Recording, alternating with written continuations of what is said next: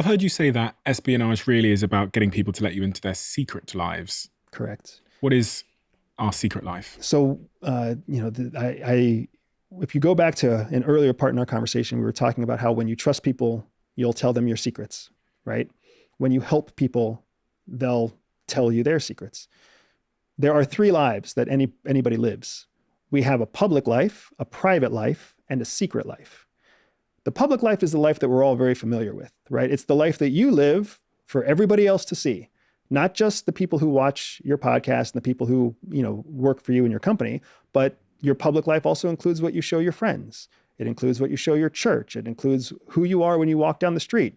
The clothes that you choose to wear are a perfect example of your public life. It's what you want people to think of you.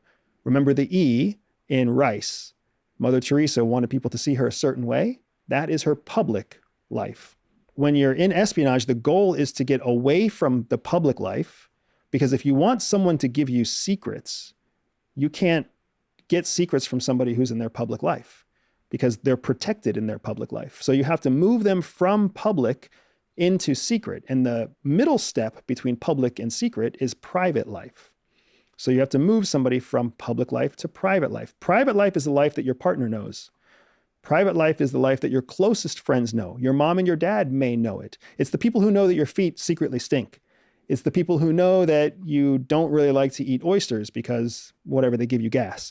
That's all stuff that's private. Your business partners don't know that. Your customers don't know that. The people who watch your podcast don't know that. And it makes the people in your private life feel like they know you. And it's what makes it so that for you in your public life, you feel like you have meaningful relationships, because instead of 200 people who you kind of know, now you've got 15 people who are in your private life. They know your home address. They know your birthday. They know your favorite ice cream. It makes you feel good. Inside of someone's private life, they will share sensitivities, but they may still not share secrets. Because it's one thing to secretly tell somebody that you're worried about your business. You're worried about the next revenue cycle. You're worried about maybe your wife is having an affair. Those things are uncomfortable, but you'll share them with people in your private life.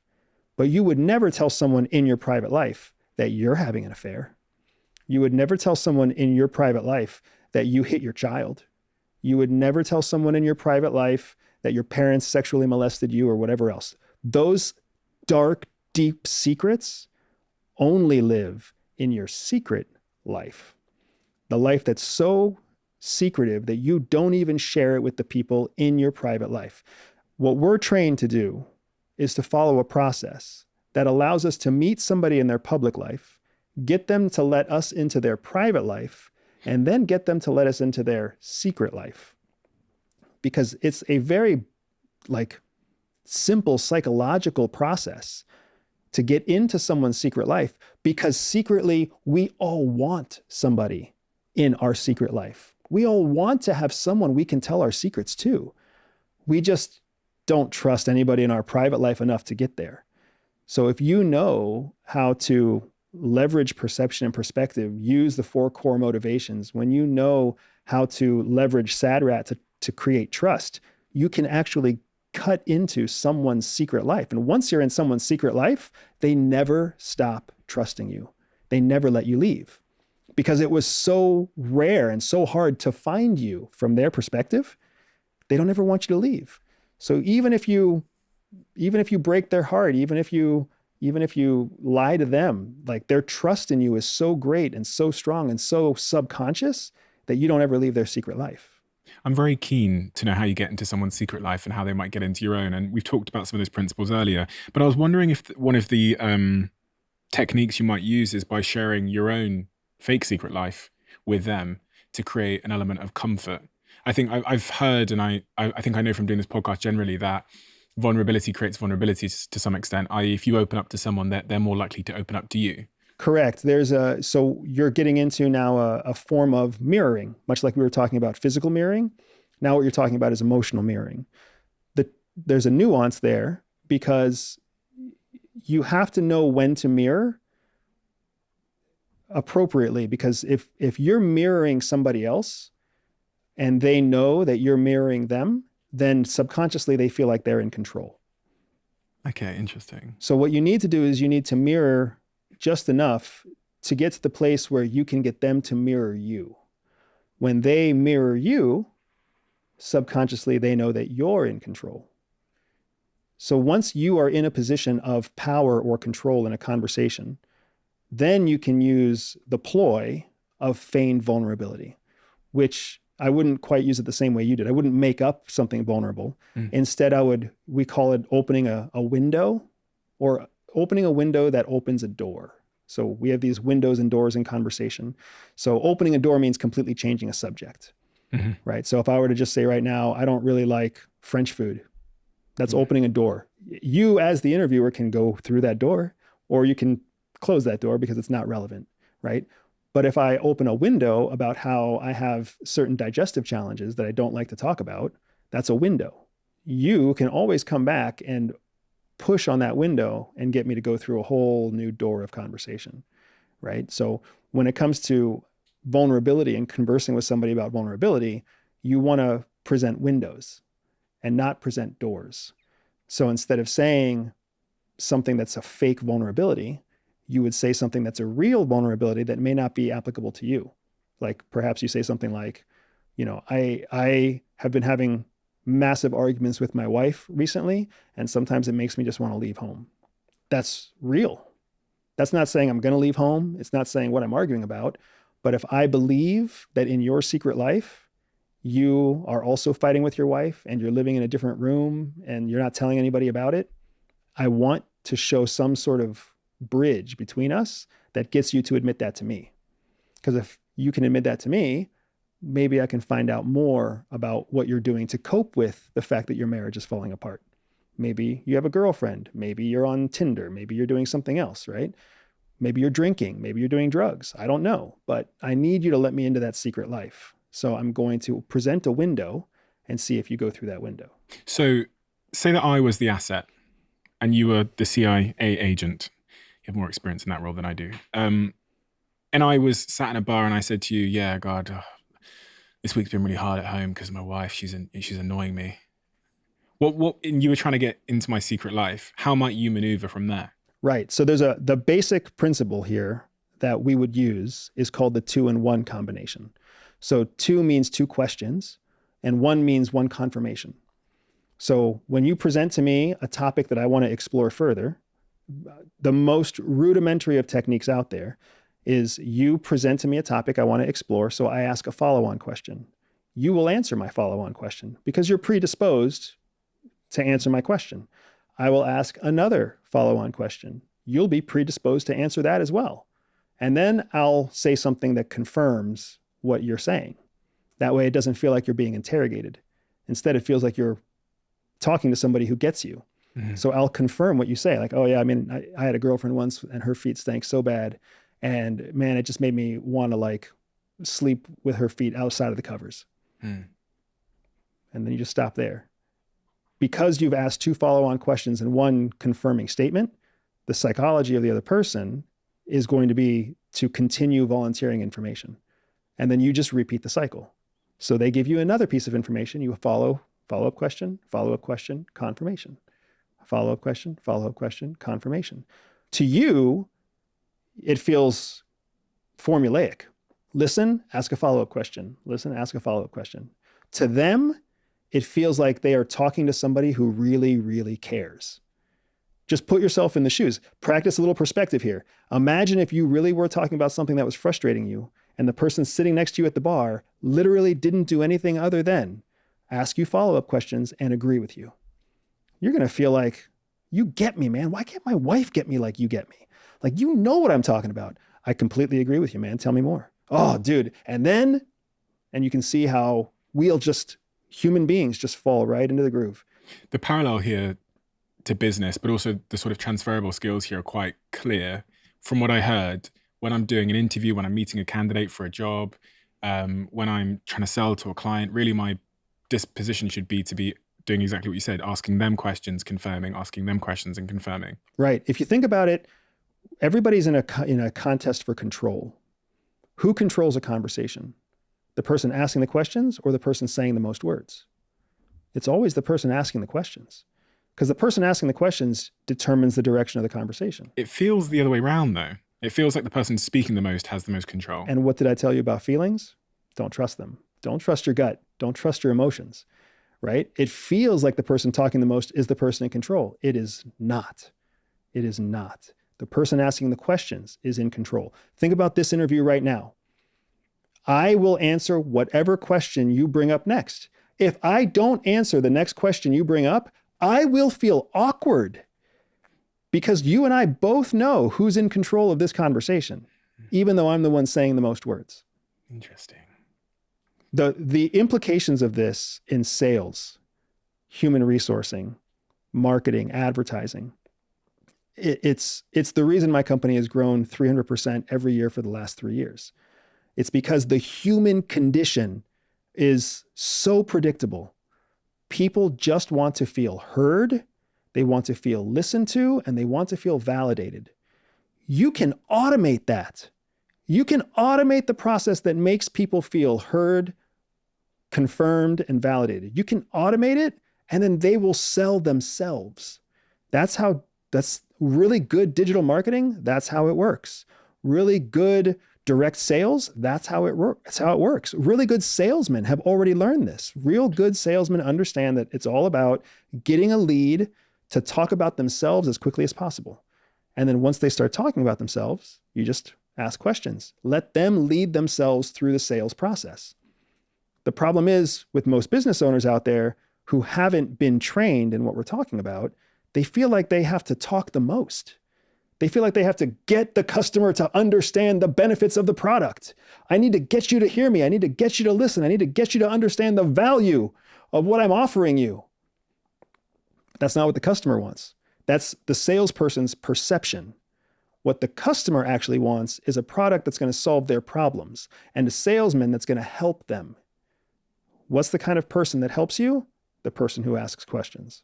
I'm really interested in this concept of change and how the CIA drills into you that you need to accept change, because in all of our lives, one of the things that most of us are quite bad at is accepting change. We're very rigid. Again, maybe that's because of perception and ego and these kinds of things.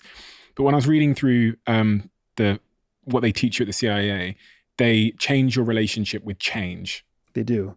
So a big part of the advantage of having change is the fact that it's not natural to accept change.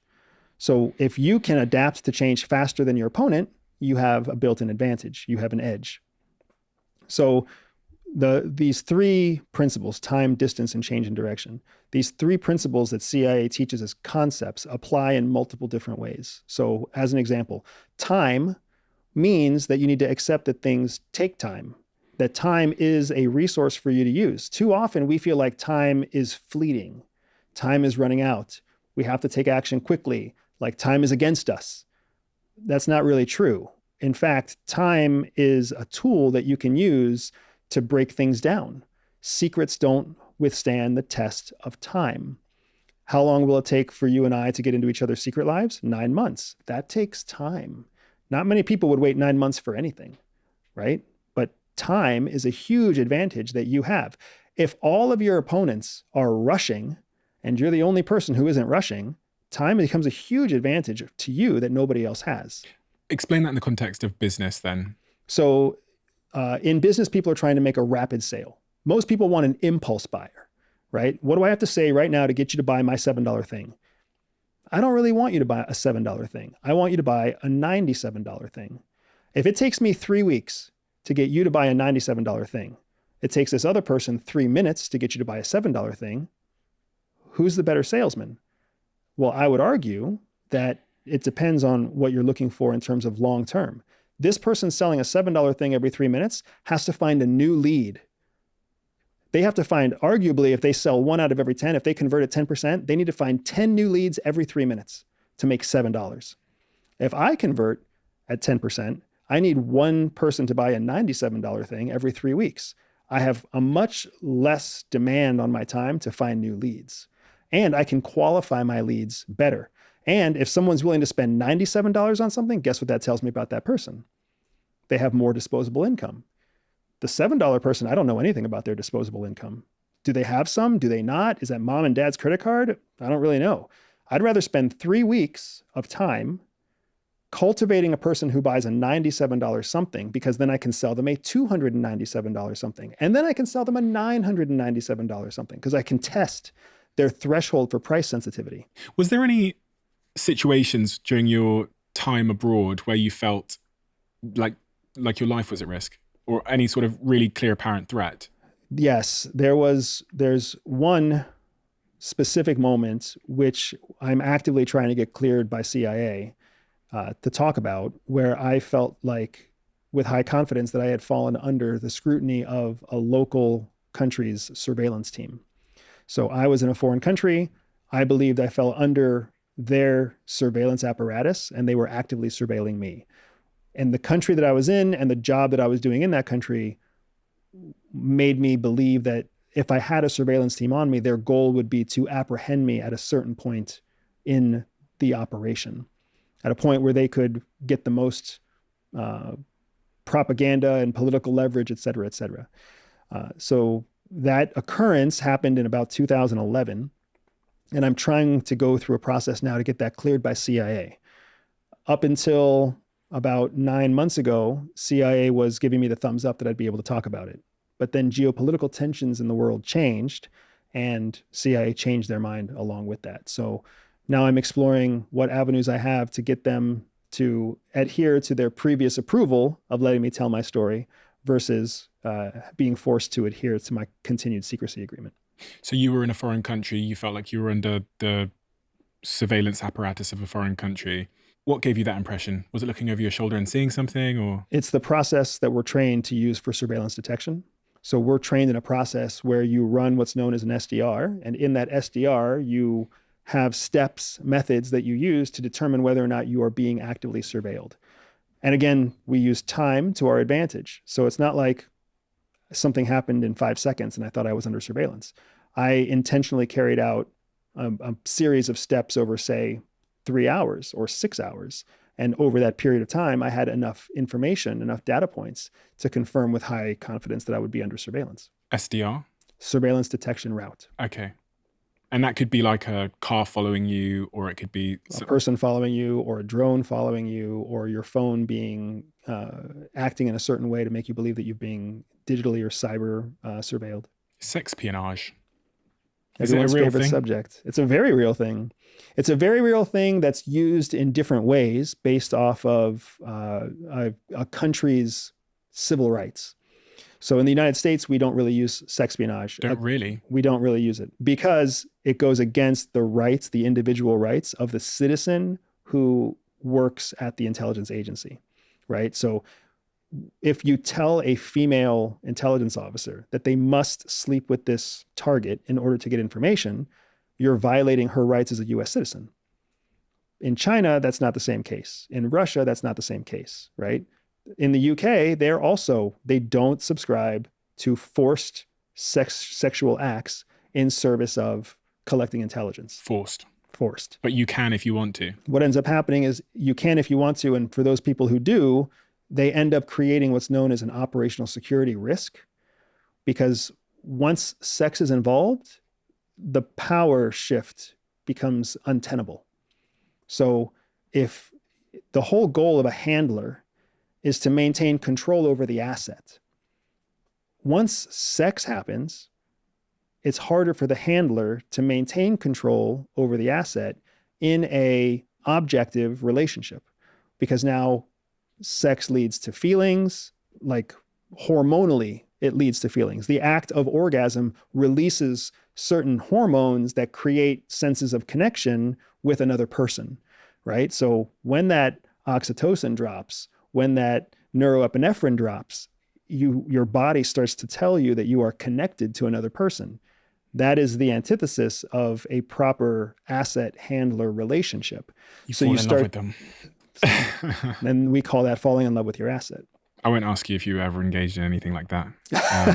I appreciate that. I was fortunate enough that I made all the connective hormones I needed to make with my wife, who was also CIA. If you love the Diary of a CEO brand and you watch this channel, please do me a huge favor. Become part of the 15% of the viewers on this channel that have hit the subscribe button. It helps us tremendously, and the bigger the channel gets, the bigger the guests.